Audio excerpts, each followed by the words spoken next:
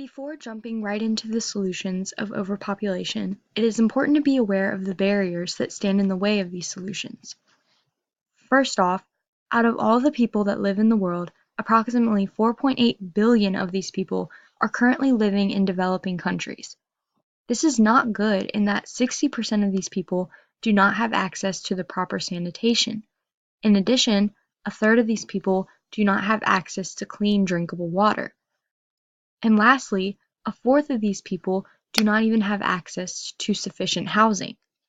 This is not good in that it suggests that the resources that the Earth has are not accommodating the entire population of people.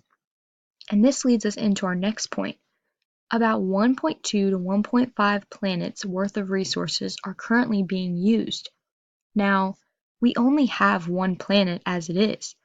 Therefore, if we are already using more resources than there is a planet, just imagine how quickly we will run out of resources altogether.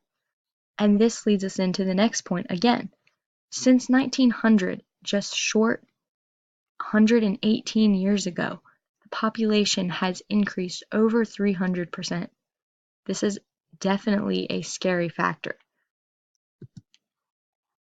Now, it's easy to think that simply putting regulations on children could solve the problem of overpopulation. However, the solution is not that simple.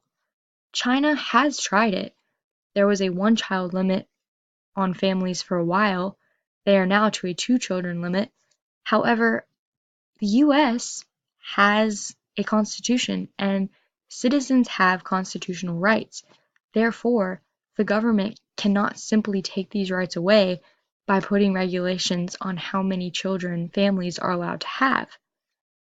And as politics have shown in the past, it is usually very difficult for the world to agree on one basic idea.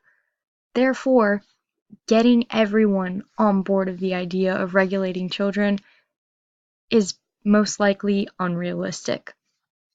And lastly, just to point out how population exists today, the picture to the right shows crowded beaches on the east and west coast of the United States. And below that picture, you can see Mexico City, which is very crowded and almost takes up the entire mountainside. And lastly, the crowded everyday streets that the Chinese people have to face. Now, these are definitely barriers. So now that we are aware of the barriers, we can move on and start looking for solutions.